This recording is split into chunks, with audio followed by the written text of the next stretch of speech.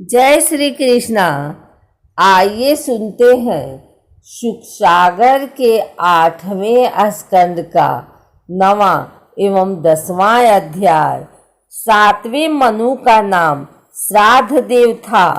यह विवस्वान के पुत्र थे। इनके 10 पुत्र हुए, जिनके नाम इक्ष्वाकु, नभग, धृषु, सर्यात, नरसिंह, नाभाग, दिष्ट, करुष, कुशध्र और वसुमान थे। इस मनवंतर के इंद्र का नाम पुरंदर था। इस मनवंतर के 7 ऋषियों के नाम कश्यप, अत्रि, वशिष्ठ, विश्वामित्र, गौतम, जमदग्नि और भारद्वाज था। इस मनवंतर में आदित्य, वसु, रुद्र, विश्वदेव, मरुदगण, अश्विनी कुमार और विभु देवताओं के प्रधान गण थे। इस मनवंतर में कश्यप की स्त्री अदिति के गर्भ से वामन रूप में भगवान श्री हरि ने अवतार ग्रहण किया। विवस्वान की 2 पत्नियां थी, जिनका नाम संज्ञा और छाया था। ये दोनों विश्वकर्मा की पुत्रियां थी। संज्ञा के यम, यमी और श्राद्ध देव 3 पुत्र थे। छाया के सावरी, शनिश्चर और तप्ती नामक 3 पुत्रियां थी। जब संज्ञा ने बड़वा का रूप धारण कर लिया, तब दोनों अश्विनी कुमार हुए। 8वें मनवंतर में सावरी मनु होंगे। उनके निर्मोक और विरजस्क आदि पुत्र होंगे। उस समय सूतपा, विरज और अमृतप्रभ देवगण होंगे। विरोचन के पुत्र बलि इंद्र बनेंगे। 8वें मनवंतर के गालव दीप्तिमान परशुराम, अश्वत्थामा, कृपाचार्य, ऋषिशृंग और व्यास जी सप्तऋषि बनेंगे। देव गुहा की पत्नी सरस्वती के गर्भ से सार्वभौम नामक भगवान के अवतार होंगे। ये ही प्रभु पुरंदर इंद्र से स्वर्ग का राज्य छीनकर राजा बलि को देंगे। 9वें मनवंतर में वरुण के पुत्र दक्षसावरी मनु होंगे। भूत केतु, दीप्ति केतु आदि उनके पुत्र होंगे। पर मरीचि आदि देवगण होंगे और अद्भुत नाम के इंद्र बनेंगे। इस मनवंतर में धूतिमान आदि सप्तऋषि होंगे। आयुष्मान की पत्नी अंबुधारा के गर्भ से ऋषभ के रूप में भगवान का कलावतार होगा। अद्भुत नामक इंद्र त्रिलोकी का उपयोग करेंगे।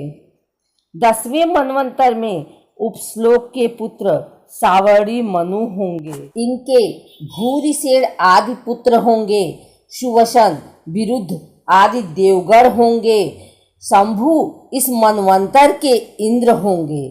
हविष्मान, सुकृति, सत्य, जय, मूर्ति इस मनवंतर के सप्तऋषि होंगे। विश्वसूज की पत्नी विसूची के गर्भ से भगवान विश्वक्सेन के रूप में अवतार ग्रहण करेंगे। 11वें मनवंतर में धर्मसावरी मनु होंगे। उनके सत्य, धर्म आदि 10 पुत्र उत्पन्न होंगे। विहंगम, कामांगम, निर्वाण, रुचि देवताओं के गण होंगे। वैधृत इस मनवंतर में इंद्र बनेंगे। आरूढ़ आदि सप्तऋषि होंगे।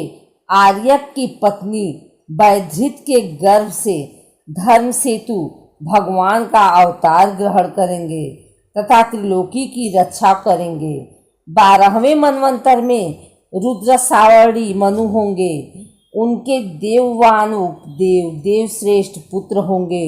रीतधामा इस मनवंतर के इंद्र होंगे। हरित आदि देवगण होंगे। मेर्ति, तपस्वी, अग्निधक्र सप्तऋषि होंगे। सत्यसहा की पत्नी सुनतटा के गर्भ से स्वधामा के रूप में भगवान का अंशावतार होगा।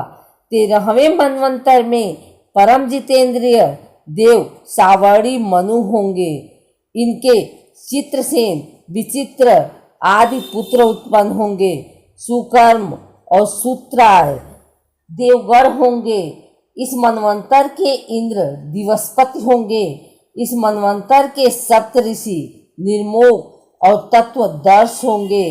देवहोत्र की पत्नी बृहति के गर्भ से योगेश्वर के रूप में भगवान का अंशावतार होगा। 14वें मनु इंद्रासावरी होंगे। इनके उरु गंभीर और वृद्धि पुत्र होंगे। अग्निबाहु, सूची, शुद्ध और मागध इस मनवंतर के सप्तऋषि होंगे। सत्रायण की पत्नी बिताना के गर्भ से ब्रह्मदान रूप में भगवान अवतार ग्रहण करेंगे। वे कर्म कांड का विस्तार करेंगे। ये 14 मनवंतर भूत, वर्तमान और भविष्य तीनों लोकों में चलते रहेंगे। 10वां अध्याय प्रारंभ।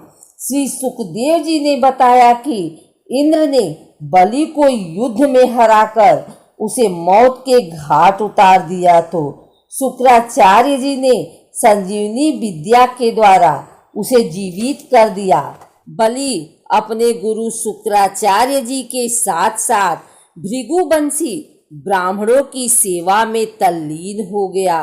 भृगुवंशी ब्राह्मणों ने पृथ्वी पर विजय प्राप्त करने के लिए बलि से विश्वजीत यज्ञ कराया। उस यज्ञ से सोने की चादर से मंडित रथ, हरे रंग के घोड़े, सिंह चिन्ह की ध्वजा प्रकट हुई। इसके साथ ही कभी खाली न होने वाला तर्कस भी प्रकट हुआ। प्रहलाद जी ने राजा बलि को माला और गुरु शुक्राचार्य जी ने शंख भेंट किया। राजा बलि ने अमरावती पर आक्रमण कर दिया। इंद्र सब देवताओं के साथ अपने गुरु बृहस्पति के पास गए। बृहस्पति ने उन्हें सलाह दी कि इस समय राजा बलि का पक्ष शक्तिशाली है, इसलिए आप सब स्वेच्छा से अनेक रूप धारण कर स्वर्ग को खाली कर दो। देवताओं ने अपने गुरु की सलाह मानकर स्वर्ग को खाली कर दिया। राजा बलि ने खाली पड़ी अमरावती पर अपना अधिकार कर लिया।